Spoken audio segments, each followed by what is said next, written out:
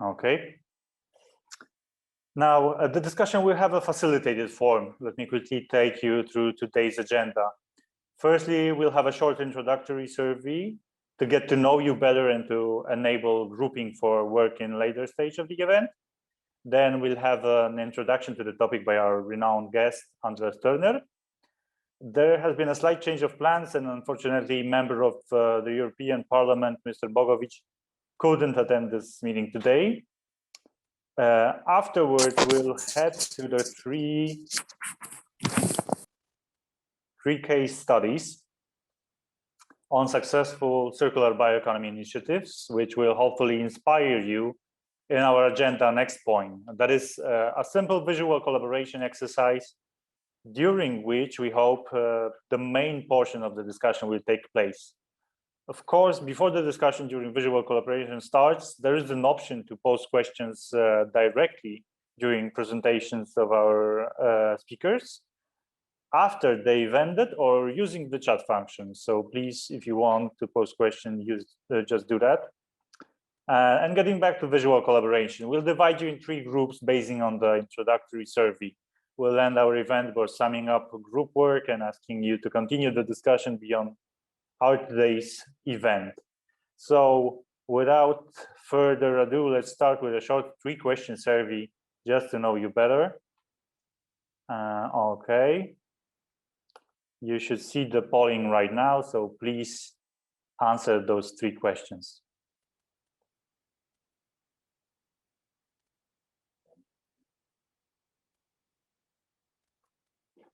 This is possible.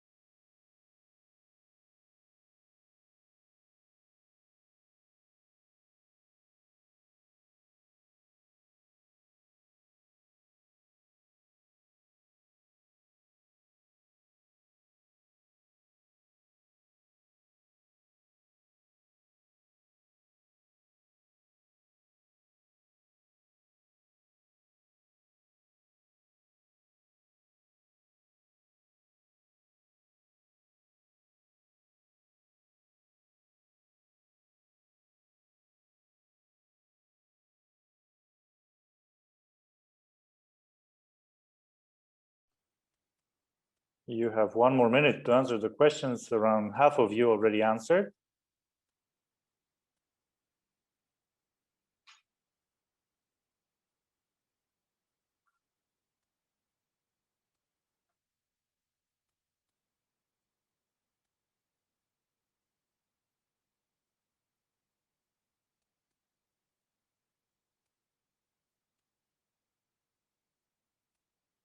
Just 30 seconds more.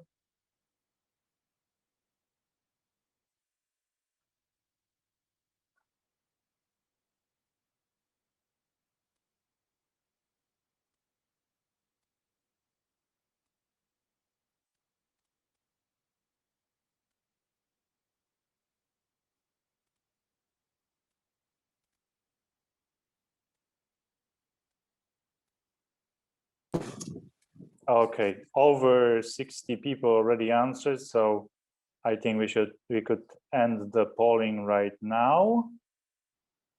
Thank you very much for your answers. I'm sure they will be very helpful in our further work today. And now I invite Mr. Andreas Turner, President of the Thematic Study Group on Sustainable Food Systems at the European Economic and Social Committee, to make an introduction to discussion on the development of a comprehensive governance framework, transition management, and systemic development that enables circular transformation in food waste, food system, and bioeconomy. Mr. Turner, the floor is yours. Yes, thank you very much. I hope you can hear me well. Yes, we can. Perfect. So good morning from Vienna, everybody. And I'd like to congratulate the organizers to put the focus on today's circular talk on the food systems and the bioeconomy and exploring how the circularity approach can lead to more sustainable and resilient systems. Looking at the governance or the food systems in general and identifying entry points to initiate changes towards more sustainability. Always keeping in mind the three pillars of sustainability: the economic pillar, the ecologic pillar, and the social pillar. And of course, this discussion is very timely. As you know, on European level, we are discussing the European Green Deal or the Farm to Fork strategy, which lay down already the direction of the future policy development. At international level, the United Nations, the UN, will convene a food systems summit in September this year, with the ambition to launch bold new actions to transform the way how the world produces and consumes food, and to deliver progress on all the 17 development goals. You can see them behind me. So this will clearly set the tone on the importance of sustainable food systems for the years to come. The COVID-19 pandemic is actually a wake-up call for change.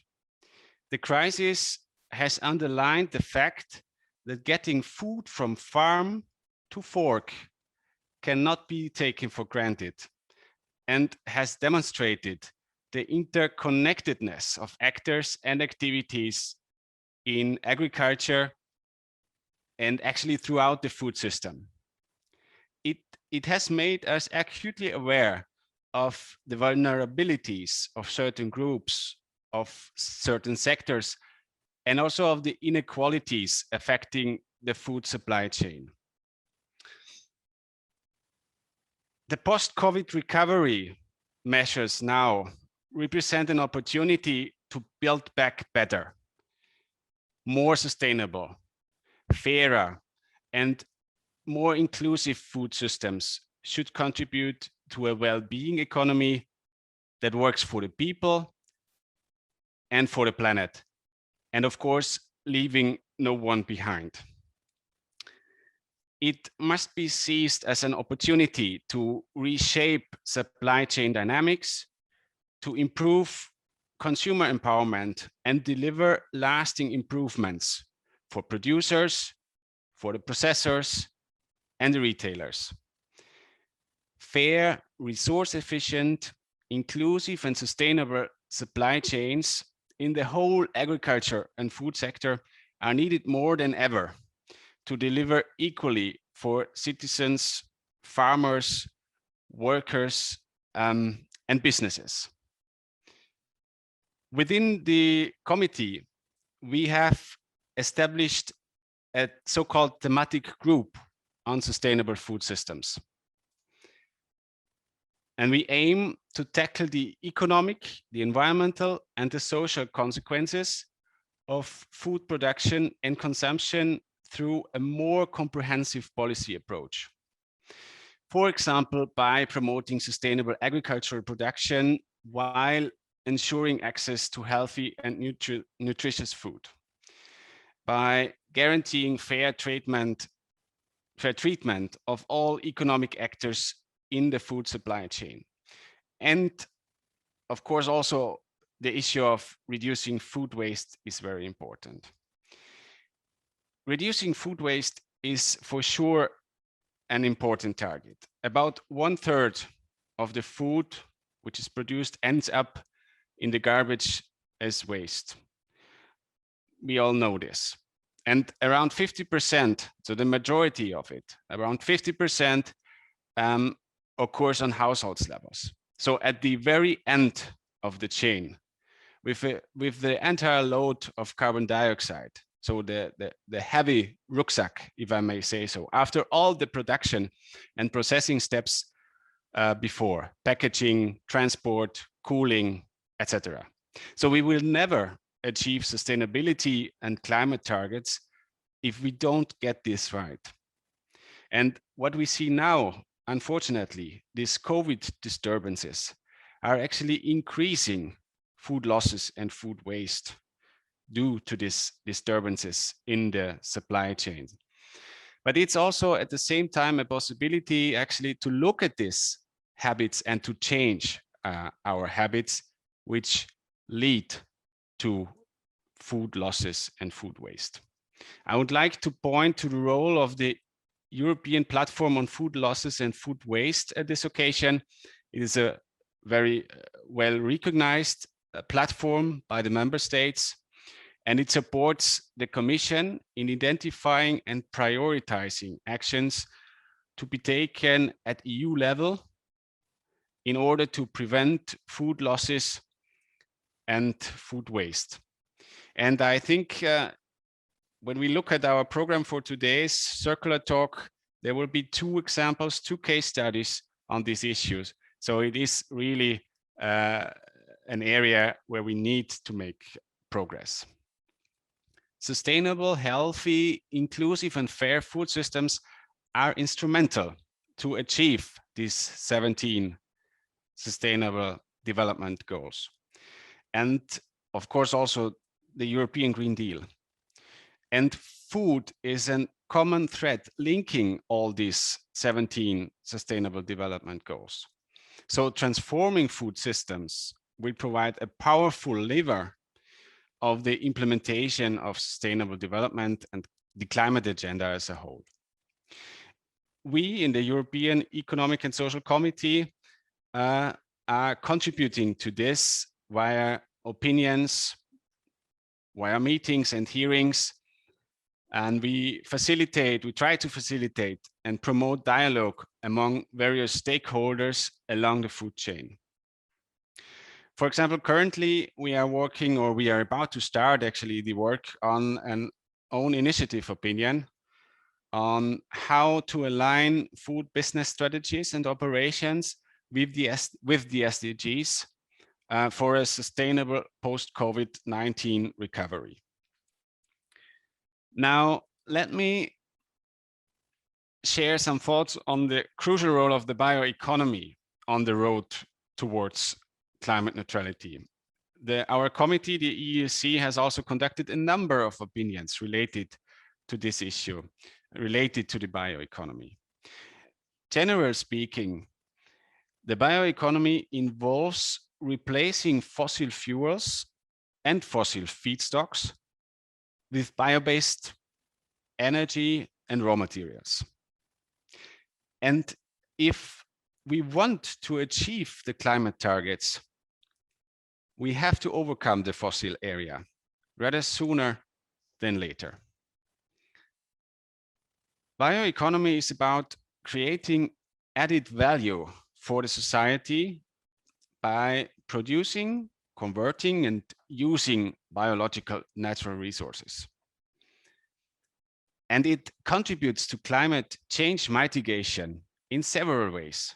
First of all, by sequestering carbon dioxide from the atmosphere. Think of a tree, for instance. Then by storing carbon in bio-based products.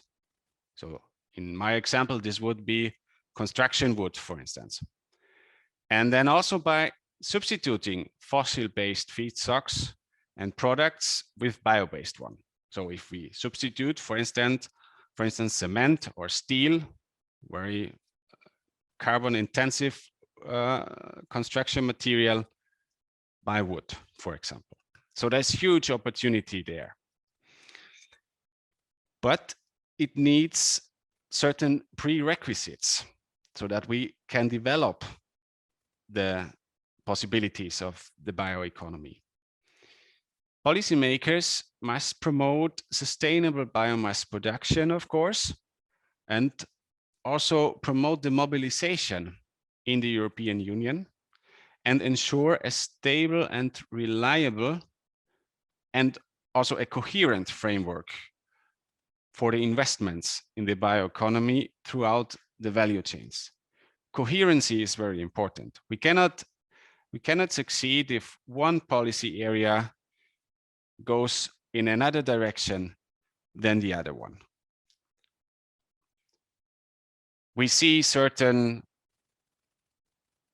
conflicts when we are talking about the biodiversity strategies, for instance, and policy measures there, and the climate policy targets, just as an example. So coherence is really, really important.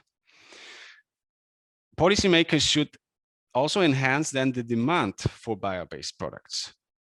So leading by example, via public procurement, for example. And again, adopt a coherent framework also for the technical rules, safety rules, maybe state aid rules, to provide a level playing field for bio-based products. This is very important. Research, of course, innovation are key for the development of a future-proof bioeconomy. Also, education, advisory services, knowledge transfer and training do play a crucial role to ensure that workers, entrepreneurs have the necessary information and also the skills. People should be well informed about the bioeconomy, also the consumer, and made aware of their responsibilities so that they can be active consumers and make sustainable consumption in buying decisions. The committee, the EEC, recommends that the EU should strive for a global pricing system for carbon emission. I think this is also a very important point. This would allow a neutral and effective way of promoting the bioeconomy and bringing all market players on board to mitigate climate change. Involving civil society in these bioeconomy initiatives is crucial. This has been underlined quite often in our debates in our committee, and it is a crucial point for the success. So the involvement of stakeholders, the civil society in the decision-making process is paramount. And finally, coming to an end of my intervention, I am convinced that the stakeholder involvement is really important. And somehow this circular talk today we are carrying out now is a form of stakeholder involvement in the further policy developing process. And an example for success is for sure the circular economy stakeholder platform. And I'm convinced you are informed, you're well informed about that. I have here the flyer of the circular economy platform. And it is a platform bringing together the circular economy in Europe, established by the European Commission and the EEC, the European and Economic Social Committee. So it's a joint initiative. It was created already in 2017, following also a recommendation from the organized civil society. In one of our opinions, we were calling for such a stakeholder platform. And I think this is an example which is quite successful. The platform provides a meeting place for stakeholders to share and scale up effective solutions and address specific challenges. And it has already been mentioned actually at the beginning. I think it was Hubert who referred to the stakeholder platform, and many of you, I'm sure, will be aware of the annual Circular Economy Stakeholder Conference. So a virtual platform, and plays a key role to ensure stakeholder engagement, a role that I think that also the committee, the EEC, thinks should continue and be further reinforced in the future.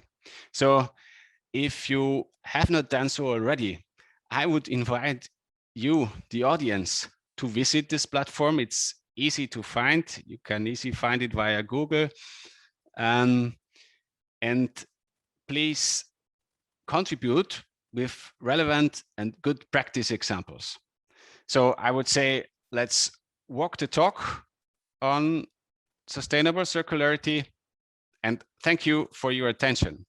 Of course, I am available for questions if there are any. Thank you. Thank you for such an insightful and well-balanced approach to a possible transition towards circular bioeconomy, Mr. Turner. Also, with specific recommendation for certain subsectors. And we also hope that the circular economy stakeholder platform would contribute to a faster and more effective transition to circularity. Let's hope so. And now it's time for some inspiration in our case study session. We'll start with Cristina Sosan, Gabinetto del Sindaco Comune di Milano, and Anna Laura Silvestro from Food Sustainability Observatory at Politecnico di Milano. Please tell us about your experience and insights on Milan food policy. Thank you very much. Good morning, everybody. I'm Cristina Sosan, and I work for the Milan Food Policy Office within the municipality of Milan. And thanks for this invitation, and thanks for the presentation that Mr. Turner has just done, because he actually mentioned many issues that also we are covering, and we are trying to respond to all the challenges that he explained before. I will try briefly to summarize a little bit the idea of the Milan food policy and some of our main activities on food waste. There are many activities that I couldn't explain here that are related to the things that have been said before, like public procurement or bio-waste treatment or education, but maybe next time. So I will try to share my presentation. Let me see if you can see it. Okay.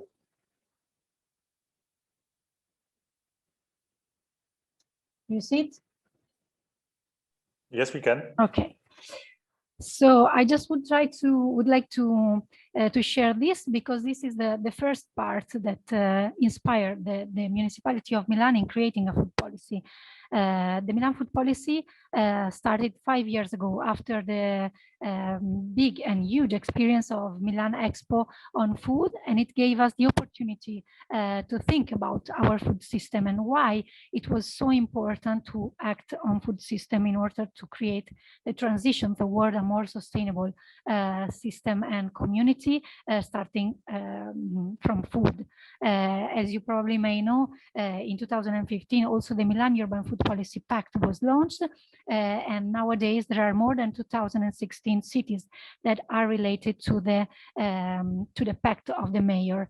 And the food policy are at the base of this pact, and also the Milan city took the chance to establish its own food policy, trying to look at all the parts, all the components of the food system.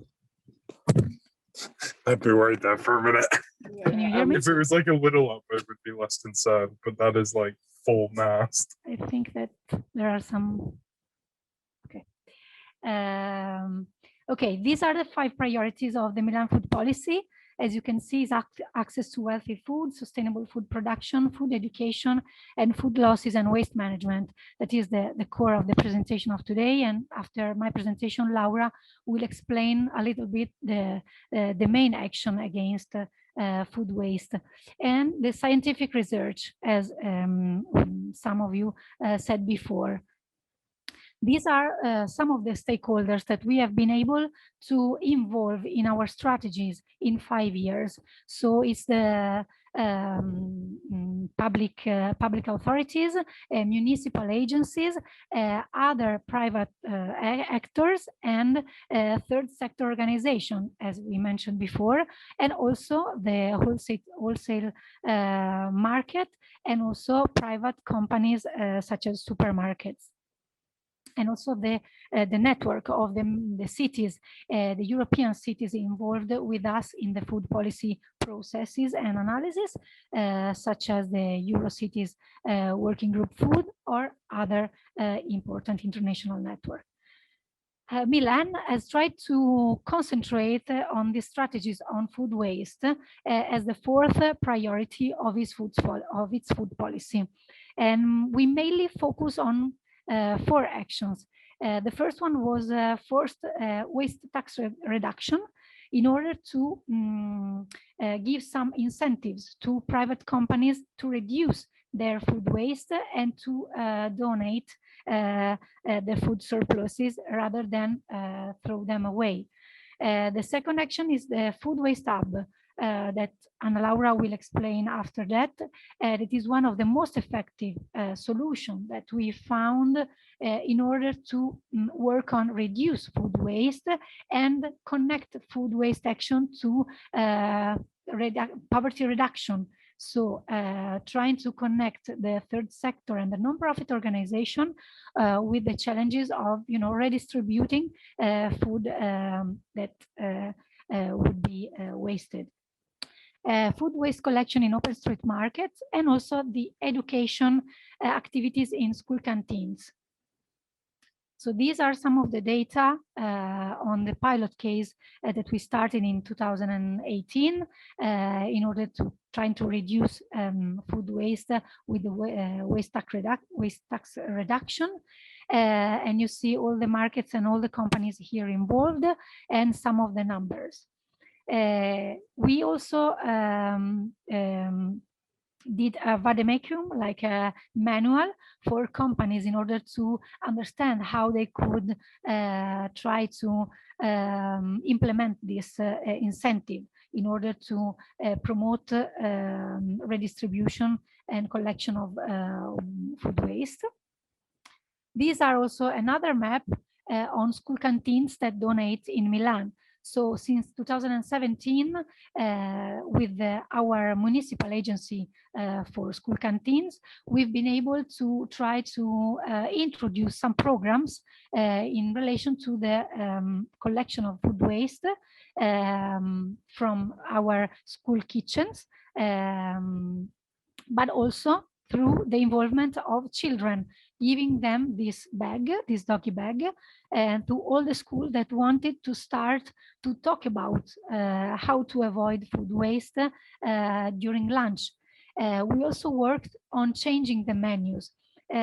How we introduced the morning fruit break, where we provide children with fruits instead of other traditional snacks, and we cut the fruit after the end of the lunch, because we saw that children didn't eat that fruit. So we anticipate fruit at the beginning of in the middle morning, and then with these experiments, we saw that actually fruit won't be wasted.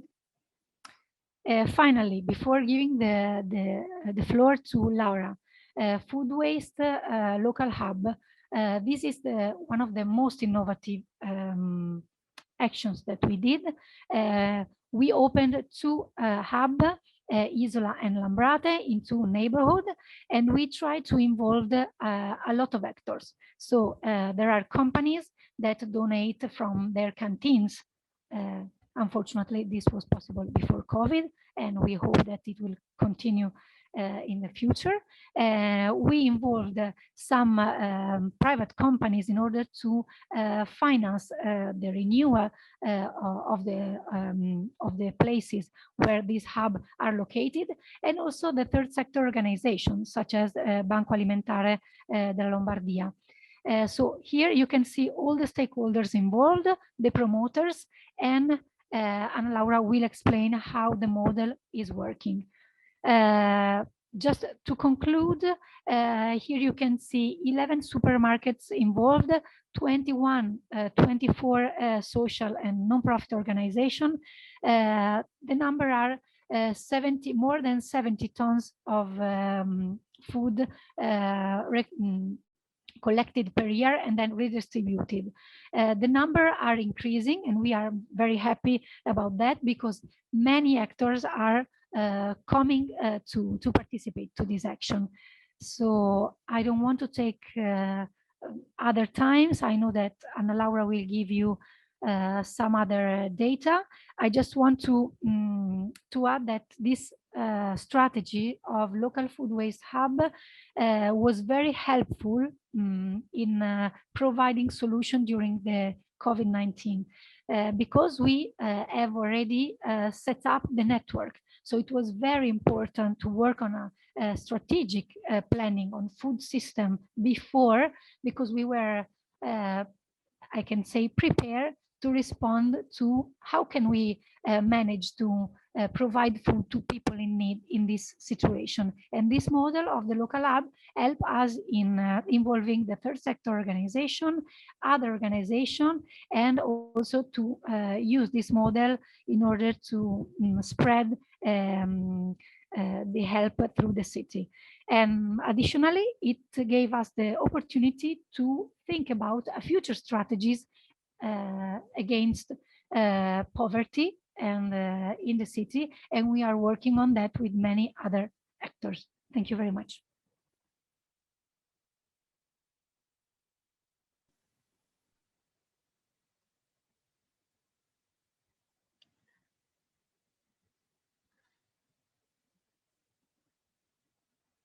Okay, good morning to everyone. I hope you can hear and see my screen, hear me and see my screen. I'm Anna Laura Silvestro, and I'm a researcher at the Food Sustainability Observatory of the School of Management of Politecnico di Milano. As a Food Sustainability Observatory, we are part of the network and partner of the Local Hub Against Food Waste project, which Christina introduced. Such project basically, as Christina said, was launched in 2019, but now it's ongoing with actually 2 apps which were activated in the Milan city, and we are working to open another hub in Municipio 8 of Milan and another one in Municipio 4 of Milan. So the project itself was studied to be replicable and scalable in several contexts of the city of Milan. And now I would like to provide you some key elements of the models that are more related to the operative part and related to the measurement system through which we are able to monitor the performance of the system itself. So in addition to the cross-sectoral collaboration which Christina introduced, which allow the sharing of competencies and best practices, but also financial, human, and material resources. One key success element of the system is, of course, the logistic operational structure. Such surplus food redistribution system is based on one logistic hub in which all food recovered by donors is gathered and mixed in a proper way in order to ensure a balanced food donation for all people in need to which it is redistributed. More in detail, going more in detail in the operational structure, there are 2 lines, operative lines, we can say. The first one is provided by donations by retailers, so the single point of sales of retailers which donate unsold dry and fresh food. Basically, the food bank involved in the system, according to a schedule, a daily schedule, picked up all these unsold food and collect it in the logistic hub in which the well-balanced food mix is created. And then here at the hub, the non-profit organization are able to withdraw directly the food prepared. The second operative line, which was interrupted due to the COVID-19 emergency, because basically the activity of business canteens was very interrupted during this period, and now is going to start a little bit, but not at normal activities, is the business canteens donation. So here the unserved cooked meals is collected by the food bank during the morning, and within the same day it is provided directly to the non-profit organization, so to people in need, of course, during the same day, because here we are talking about already cooked meals. To support all this model, the incentive system is fundamental. First of all, the incentives by the policy, so the food policy of Comune di Milano is fundamental. For example, through the waste management incentives, so tax reductions for donors. But for what concerns the communication area, we also are designing a certification, the zero waste certification, which is provided to all donors which take part, donors and stakeholders in general, will take part to the initiative. The other fundamental part of this model is, of course, the measurement system. Such system was developed by Politecnico of Milan since the first pilot phase of the project, and it's now ongoing with the two apps that are working in the Milan area. First of all, the main objective of the system itself was to be able to measure and to control the performance of the project and on time. And basically it allows to stress and raise some possible criticalities that occur during the project activities, and to discuss together with the network within the periodical meetings that are organized within all the partners and stakeholders of the project, in order to understand which are the possible related causes to such criticalities. But it is also an instrument which is at disposal of companies, so of donors, for both internally and externally communication. And of course, the data which we elaborated through the KPI that we now are going to see could be used within the sustainability report and reporting system of the companies which participate in an active way through donation in the system. I provided the details of the key performance indicators we computed. Basically, on a monthly basis, we gather by the different donors the data related to the quantities in kilograms and economic value of the food which is donated in the system, and which is also disposed. And then the other data is the data of the production of the single point of sales the retailers participating in the initiative. And we compute basically two key performance indicators. The first one is the surplus food rate over the production, which basically allows us to measure the efficiency of generating a low level of surplus food compared to all the production volumes. And the second one is the donation rate over the surplus food, which instead allows us to understand which is the efficiency in redistribute and so recover surplus food before it becomes waste. All the data we gather are managed in an aggregated way, so in an anonymous way, even during the communication activities,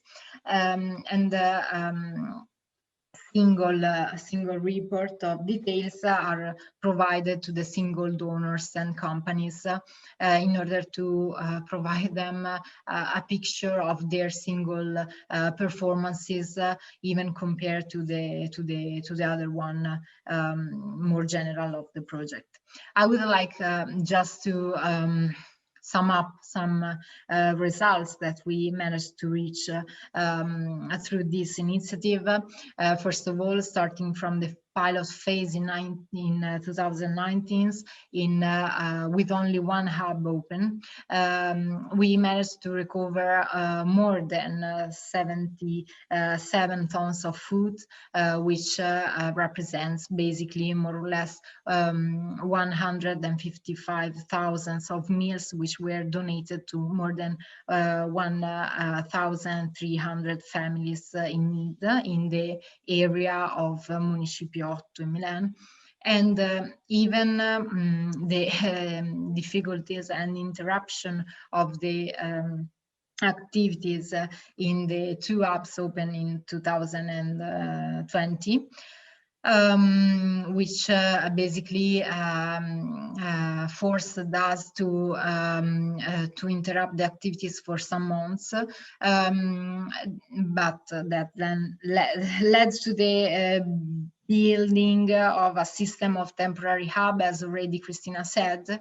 So the model was basically more relevant in the construction of a fast reaction to the first lockdown in Italy and first emergency due to COVID-19 pandemic. In the second year, we managed to recover, even the emergency, more than 76 tons of foods, and the equivalent meals donated were around 152,000. But the range of families covered was broader. So more than 3,000 of family was reached through these two hubs active. Here, already Christina said that the model provides, through its cross-sectoral collaboration network already existence and the operative experience of all the actors involved, a model to react fast in the first months of the emergency. And so we think that the success of the initiative was not only in the results we managed to reach, but also in a useful experience in order to react in a fast way to an emergency situation that we experienced. Thank you very much. Thank you very much. At least from a Polish perspective, I can tell you for sure that local authorities could learn a lot from your experiences, especially in the area of monitoring and supervising food waste generation and management, and incentivizing positive policies, practices. So this is indeed a very difficult subject. Therefore, it's no wonder Milan decided to implement a comprehensive and holistic approach to more sustainable food production and consumption that we all can learn from, and this could be a terrific inspiration for our future work during visual collaboration. Going to our next case study, Johannes Kieser from Alchemia Nova will present the case of Austrian biocircles Johannes, the floor is yours. Thank you, Hubert. Great cases. Also, these hubs, I like them a lot. They can take over many more actions in the near future and can be door openers for all our system change and systems transformation.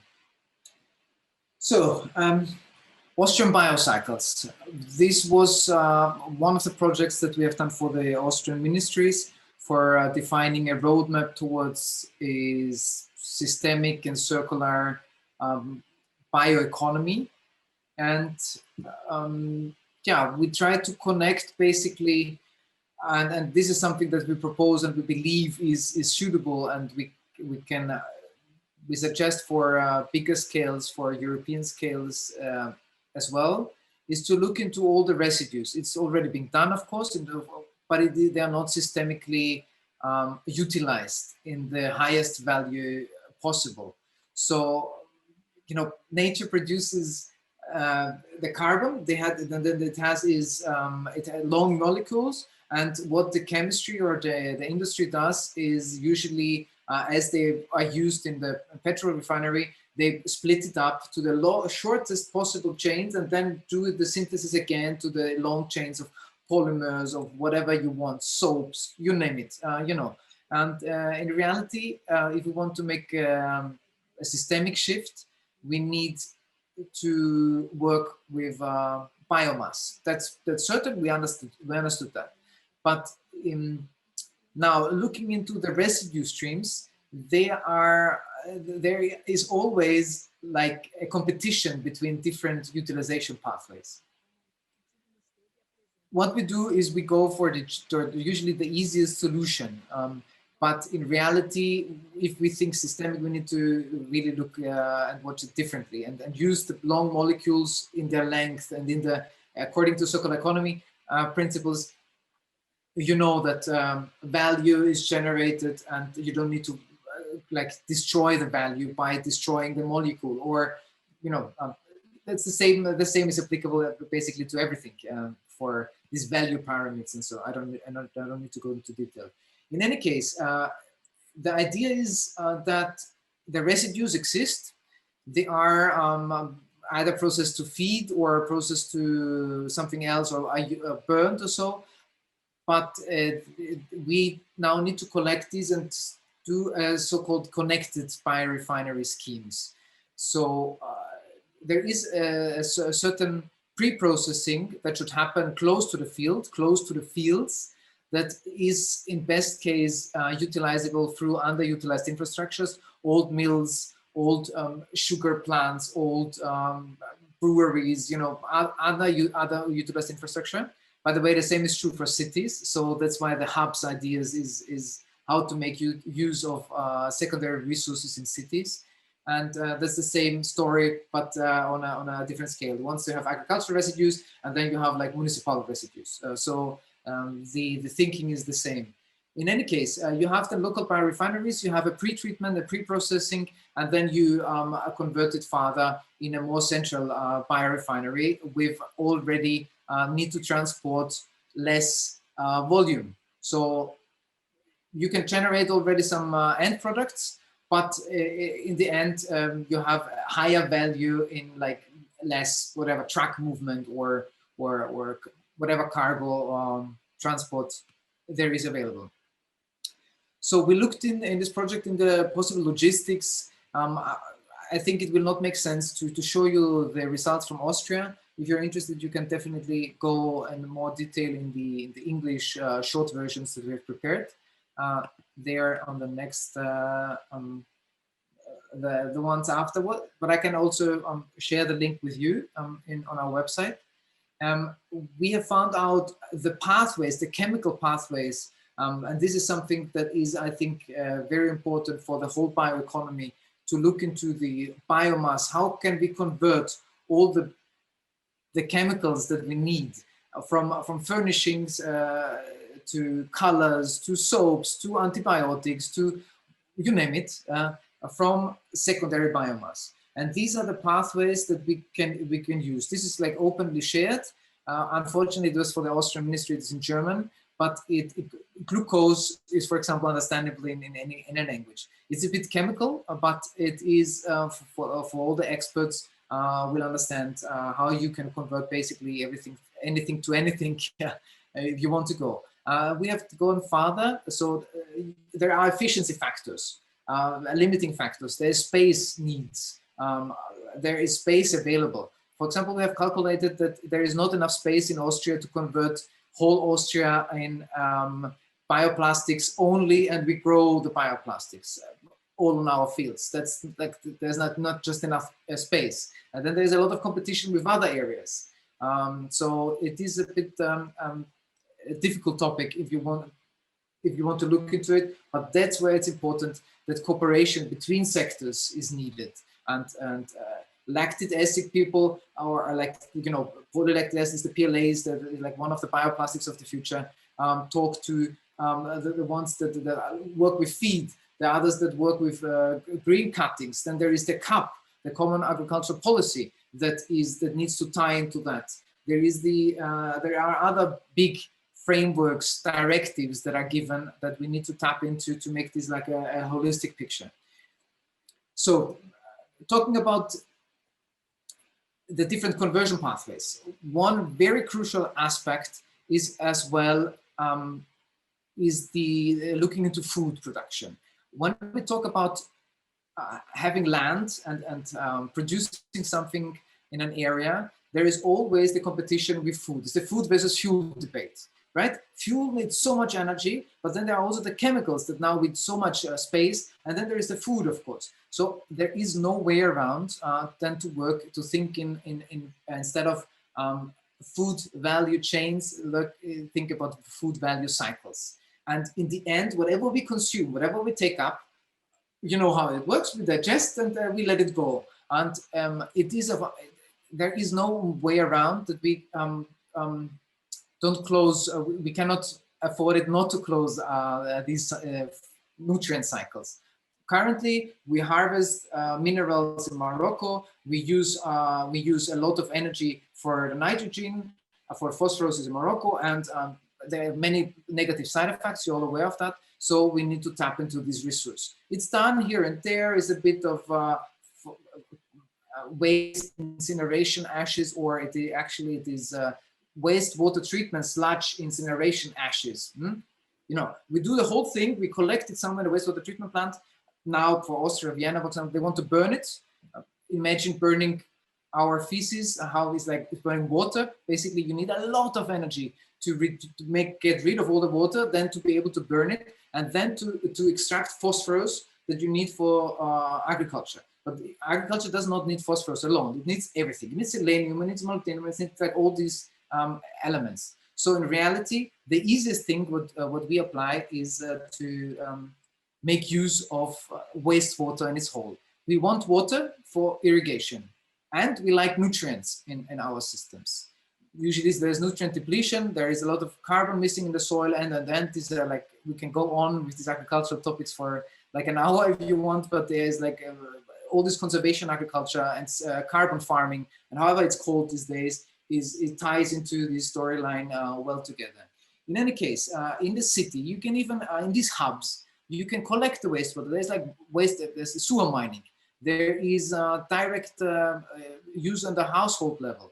There is like we love the decentralized approach, but it is not necessarily only decentralized. It can be a combination of all systems. But with a decentralized approach, you can get the inhabitants, the people on board. That is a crucial thing. People need to act, need to take care of their resources in the end by themselves. So what we can do is we collect this in these nice hubs. We have seen this beautiful map, and I love these maps because these are like these conversion hubs, the direct hubs as we call them, can basically convert any secondary resource stream that we can find in a city. But here we talk about wastewater nutrients. And you can regenerate them in biogas plants, in green walls, in green roofs. The technologies exist. It's not sounds of the future. It's everything is here. It's just the connection of things. And then imagine supermarkets. They have usually all flat roofs. You have a lot of waste heat. You can combine these waste heat, and then you have green roofs and rooftop gardens all year round, for example, and even greenhouses. Combining any kind of laundry service, combining any, everything that has waste heat and is now going to waste or wastewater can be or should be utilized in any kind of city. For Milan, I think that's one of the next cities that will apply it. In Vienna, we now try to establish 3 of these hubs in different forms, but it needs to go much farther. I talked about the building, and in a building, you can use it. It's, as I said, it's not future. It is something that exists already.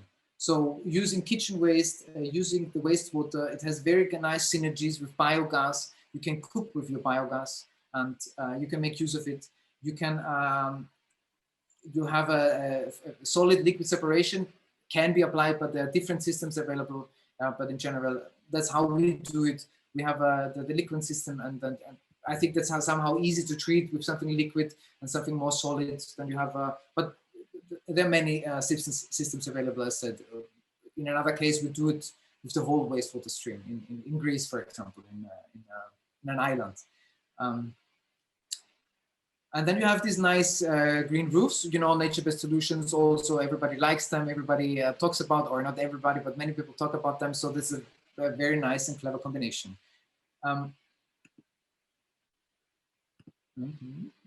Yeah, and then you make use of whatever is there. You hygienize, you grow your food. You can grow your food and your tomatoes or your strawberries even in these vertical farms.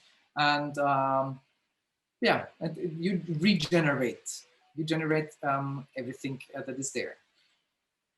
So summing up is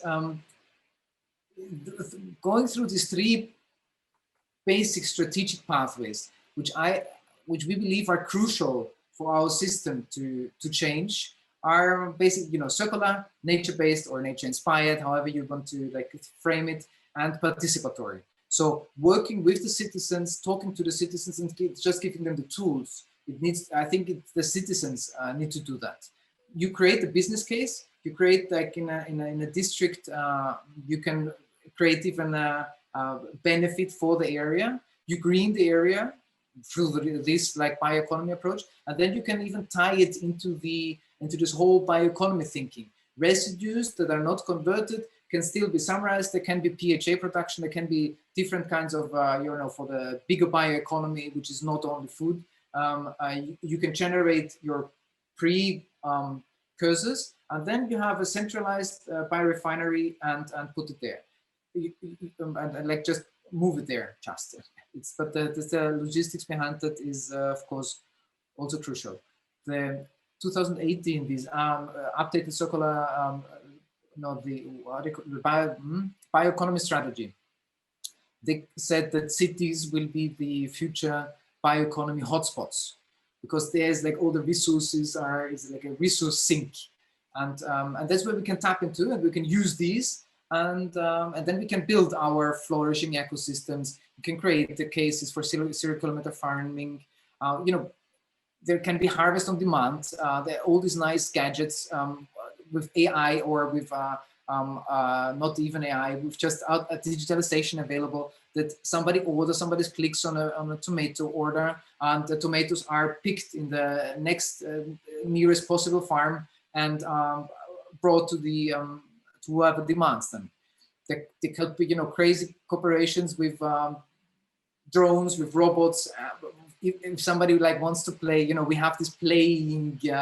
Thing people want to evolve, and they can perfectly evolve and do all the gimmicks testing and stuff in this system.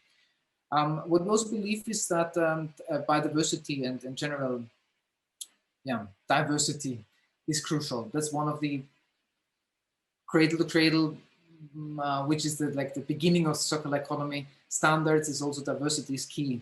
So these diverse green infrastructures can become commons, and then can become part of the society. And then you have these innovation hubs where you create jobs, market, turn problems into solutions, and yeah, and all these through participation.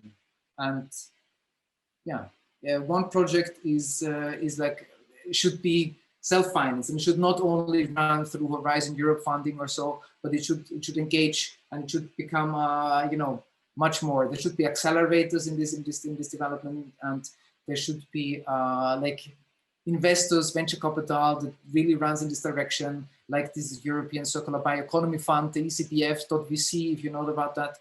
That's probably a very good key leverage for these systems to thrive in the near future. But there is a big but I still believe that as long as we keep growing our money and wanting this more to be our key aim, I think the whole system is deemed to fail. Making more money as objective, people, there is no way around, even with like thousands of different ways of adapting grassroots movements, legislation in place. As long as we stick to this goal, people will find a way around to externalize the cost. And this is the most crucial aspect for like the whole linear economy. The whole economy is built on externalizing costs. Otherwise we can't like have these cheap products, cheap tomatoes, cheap whatever, you name it.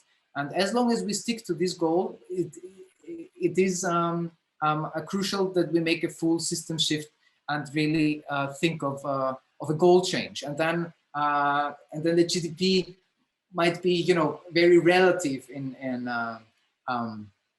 the whole the system setting. So if we think about governance, it is multi-level things. We have seen there are many issues to run with and to deal with, but I think the root cause is done at the key objective. And yeah, I'm happy for questions, for further talks, and really looking forward to make these more happen.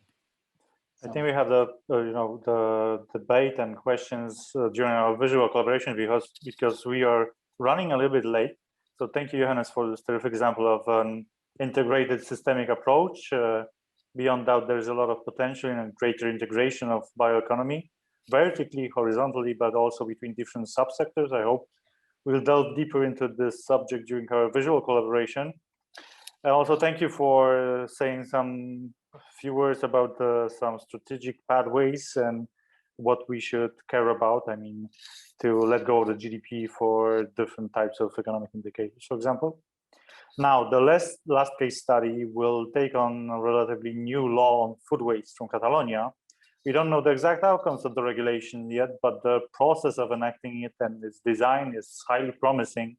The case will be presented by Maria Aurel, Ministry of Agriculture, Livestock, Fisheries and Food of the government of Catalonia. Maria? Good morning. Thank you, Harvard, and thank you for inviting me. Thank you to all the speakers for the insightful presentations and all the reflection that you've been doing along the seminar. Now I will share my screen.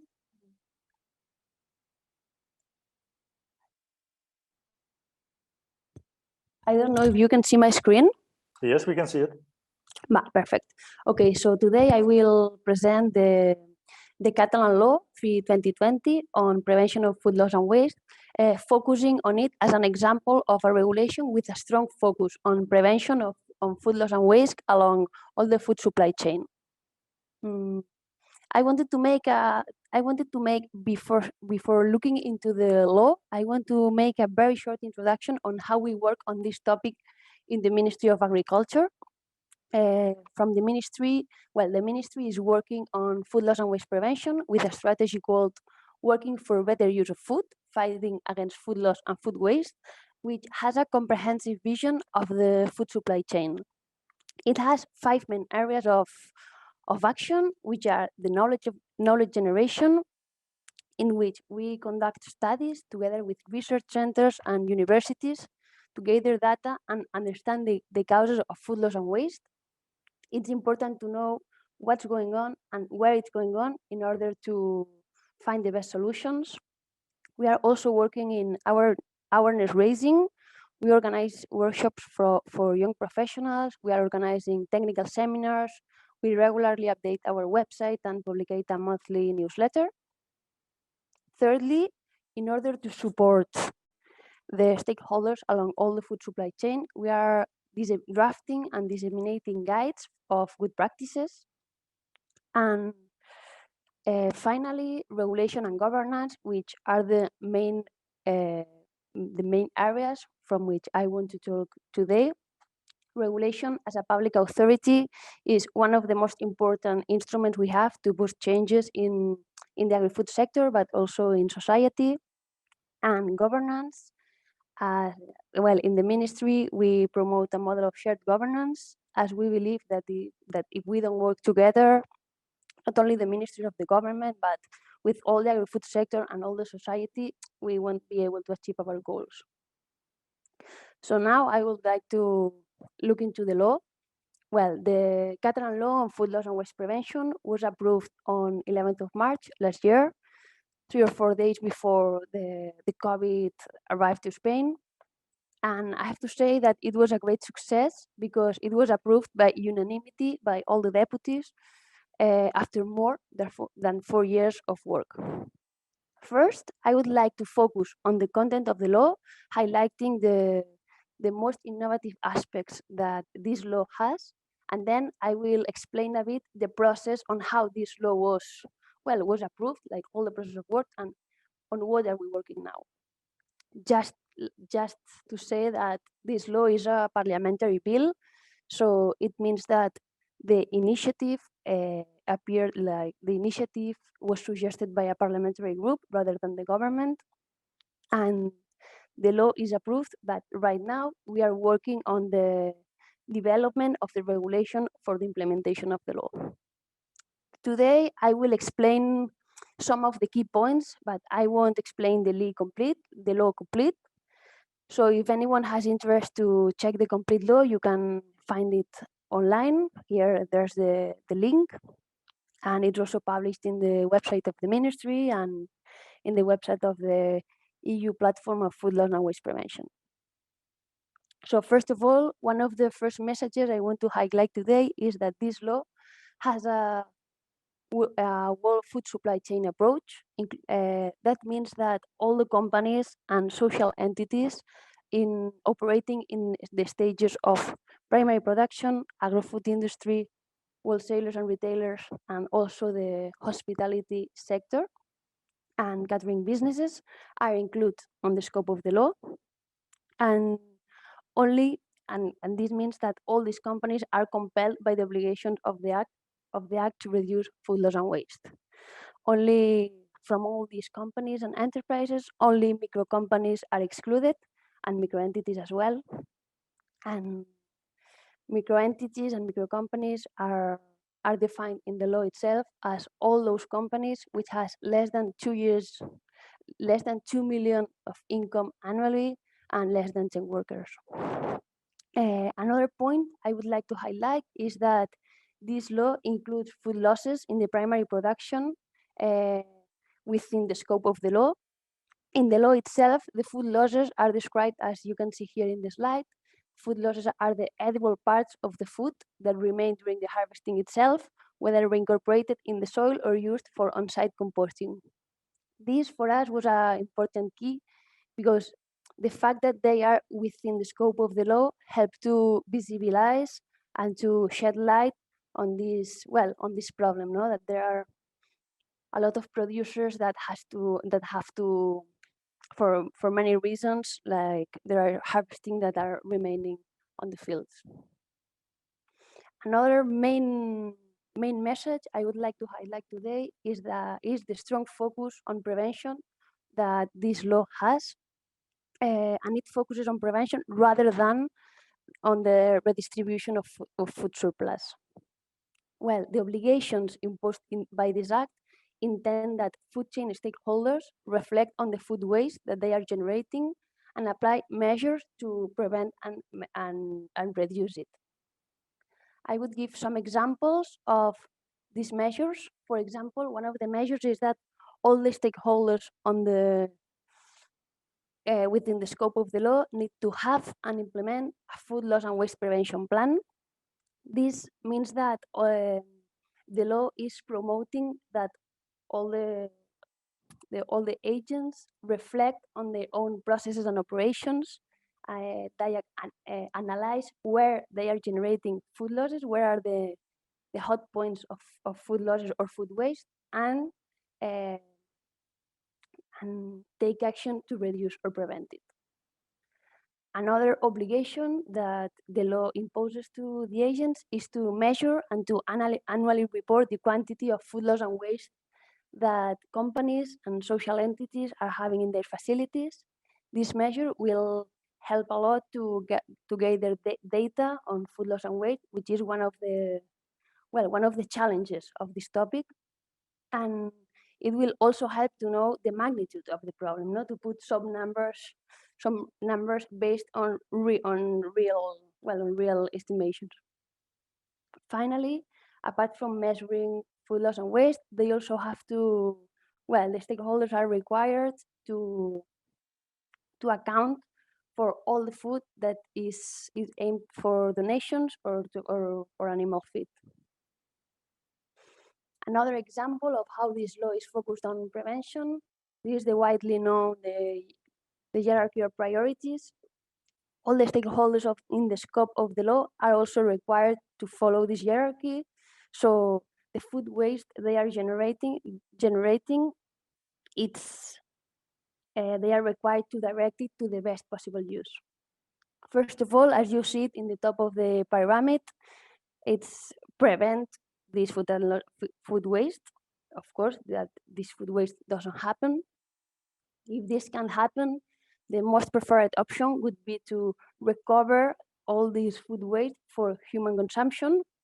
And if this is not possible, to direct this food waste or this food surplus to animal feed. Only if these options are not available for any reasons, then other uses of food waste are available, are allowed, such as sending food waste for industrial valorization, for composting, or for energy uses. Finally, the last example I wanted to explain about the focus on prevention is that the law also contemplates the regulation of cleaning as a complementary and non-profit activity to reduce food loss and waste in the primary production. As you know, this is a traditional activity that was carried out by disadvantaged people in order to take the remain food after the main harvest. And currently, it's a practice which is emerging in many countries. In Catalonia, we have published a guideline in order to carry this activity according to the circumstances of today, and the law contemplates this regulation. This is one of the points that needs to be regulated in the regulation for the implementation of the act. So right now it's not specifically explained how it needs to be, but it will be done when the regulation for the implementation of the act is ready. Finally, I would like to explain a bit on how the law was worked from the government and how was the process of drafting and disseminating this law. As I said, this was a parliamentary bill, so the initiative came out from a parliamentary group rather than the government.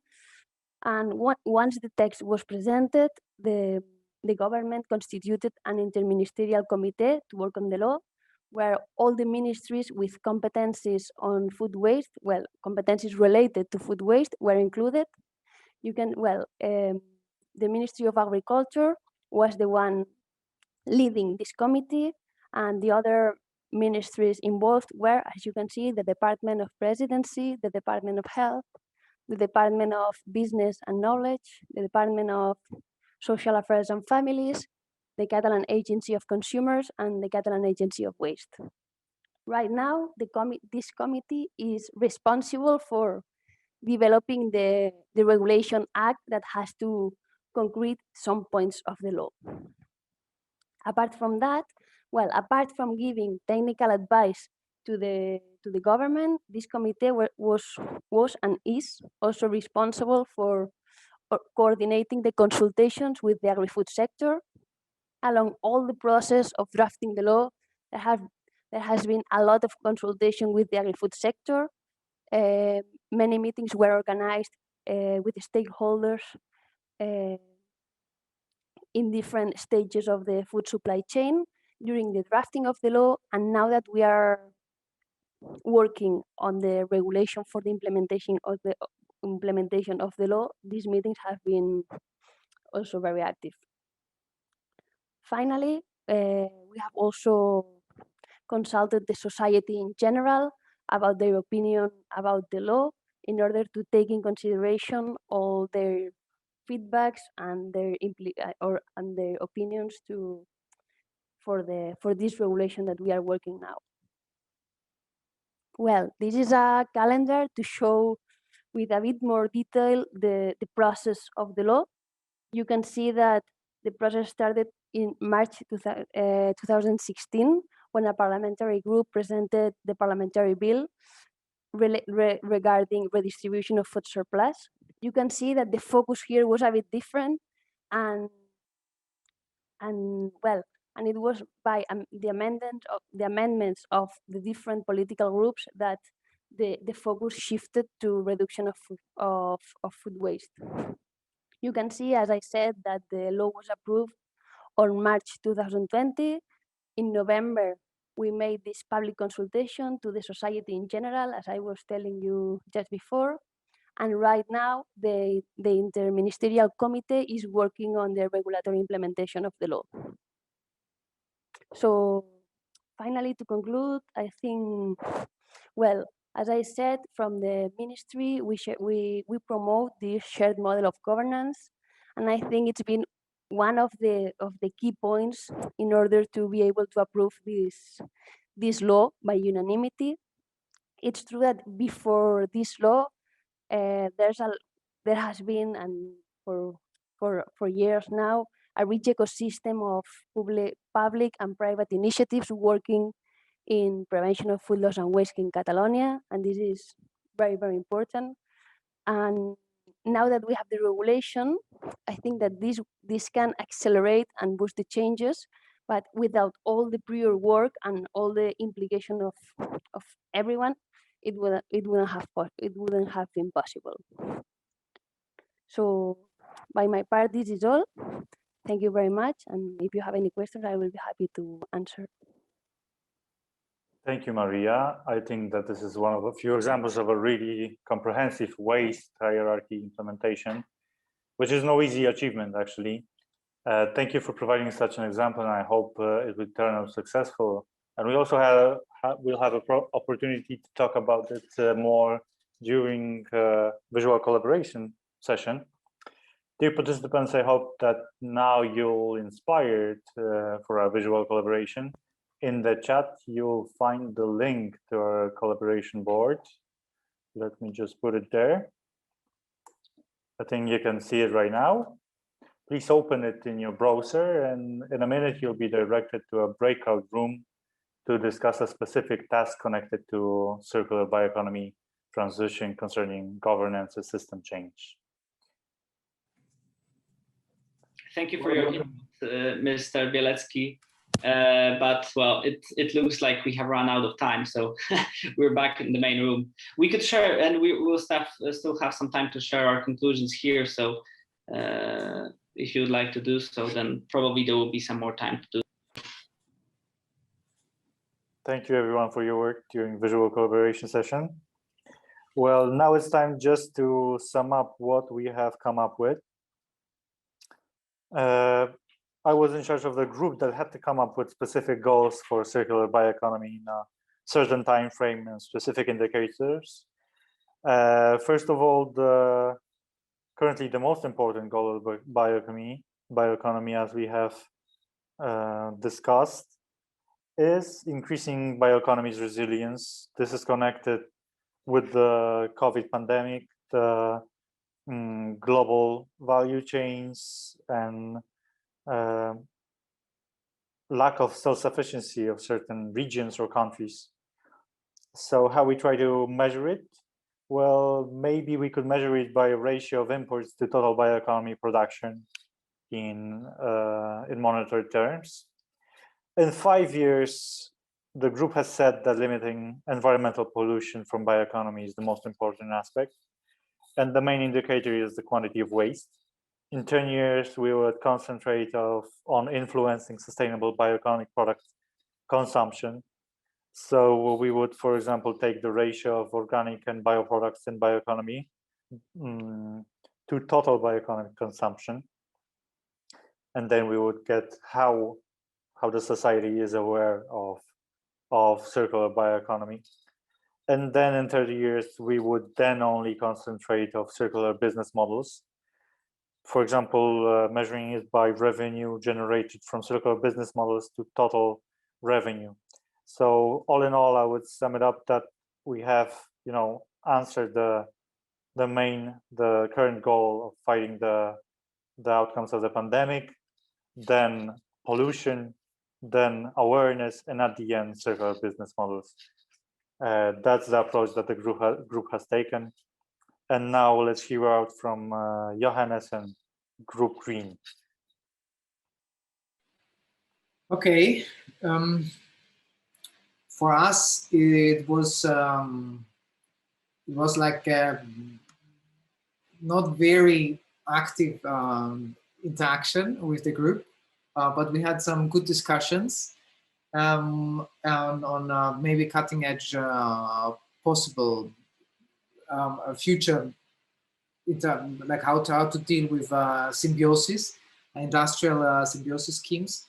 But we have found out that forestry in general is very much like key and very much wanted by many different stakeholders, and also the chemical areas. So producing chemicals is something that can be nicely combined, possibly with maybe producing biofuels or something. So there should also always be a coupled production if we think about different schemes. I think it is also quite clear that transparency between the sectors that for example, imagine a timber or wood that is sent somewhere. It is very important that it is used from sustainable production and not only as it is usually done, coming from somewhere in Romania or somewhere from Ukraine or somewhere even from another continent, and then just like rumble through the paper production. Austria, for example, is the second largest wood importer from all the world, yeah, net import. And we have a lot of paper production and a lot of wood chips, wood whatever, you name it. Even there is Lansing, which is a fiber producer from wood. And so wood is very much wanted, and there is not enough wood in the world actually for what is wanted with these. So wood is key, forestry is key. Then there is, of course, agricultural use and food production, which is quite obvious. I think that these connections should be maintained, managed well, transparency, and all these carbon farming and things that we said before. And I think textiles has also some more arrows received, either from like fibers or from wood, as said before. Yeah. Thank you very much, Johannes. Bartek, tell us about Group Orange. It took on barriers, right? Yes. So in our little room Orange, we had a nice conversation about the barriers that limit the growth of circular bioeconomy. And we focused on, and we tried to identify the most important barriers in 4 different categories. So the first one was regulatory. And here we identified the lack of standards for assessing circularity in bioproducts as the most important barrier. And then we talked about the possible solutions, and here we agreed that the use of standard methodology to assess circularity of products would be the way to solve this issue. So for example, by proposing a common European sign that would appear on bioproducts and certify them in all the EU countries so that the consumers know that they choose a product that is in fact circular. Then we had sociocultural barriers, and here, of course, low social awareness on circularity was the barrier that we consider the most important. Here, well, in my view, a pretty vague solution focusing on education and promotion of circularity won the vote. So this is basically self-explanatory, but on the other hand, something that is easier said than done. The process of educating citizens from the very early stages of their education is a very long one, but it's something important to do, and it's I guess something that we need to focus on in the coming years. In case of economic barriers, the lack of circular and local supply chains, we well chose as the main barrier. And here the solution, we chose the solution that we should facilitate access to EU funding to solve this issue, to make it easier for entrepreneurs to access EU funding. And basically, when we elaborated a little bit more on this proposed solution, we said that it would be beneficial to just make those entrepreneurs aware of the fact that these funds are available. It's possible to access the funds, because sometimes they may simply be unaware that such possibility exists. And in terms of the last category, so that's technological, and we chose the barrier of low sustainable packaging availability for fast-moving bioproducts. And here our solution is to cooperate with academia to create joint projects with private sector to develop new materials that could serve as a solution to this pressing issue. We had quite a bit of a discussion, so thanks once again to Group Orange. Thank you all for being with us today. Thank you for your insights on the debate, and I ask you to continue the discussion, for example, on the LinkedIn page that we'll send out shortly.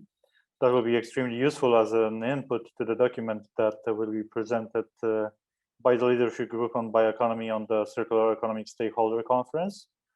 Already today, I invite you to participate in consecutive circular talks on different aspects of bioeconomy's circular transition. And once again, thank you for today and goodbye.